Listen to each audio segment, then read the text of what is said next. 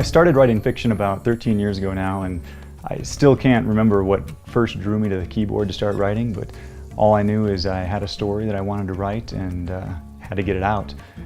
I was working as a television sports reporter and anchor, and it was a good job for that time in my life. I really enjoyed what I was doing. Met a lot of great people who have gone on to have successful television news careers, and really had a lot of fun doing it.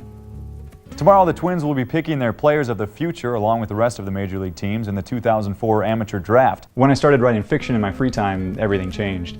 I remember one night I was writing, and looking back on it, the writing wasn't even very good, but I remember very distinctly in a span of about 5 minutes, I laughed out loud and cried like a baby while I was writing. And I knew right then that at some point in my life, I would be a novelist for a career. And it's been a long road, a tough road, but I can't quit. I've tried before and it hasn't taken. So I just know that in addition to being the best father and husband that I can be, writing fiction is what I'm meant to do with my life.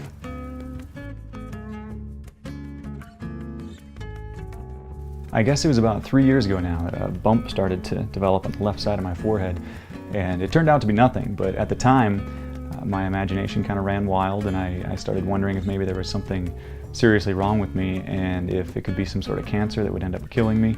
Of course, my thoughts turned immediately to my girls and how it could have such a negative impact on them to lose their dad, that they'd be going through life struggles that everybody goes through but without a dad.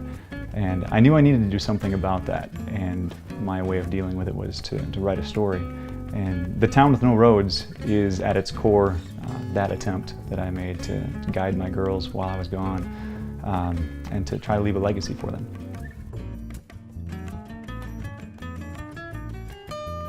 I've been married to my high school sweetheart for more than 12 years now, and we have a very clear understanding in our relationship that I am the dreamer and she's the one who keeps my feet on the ground, and she's the realist and I'm the one that tries to help her see the possibilities in situations.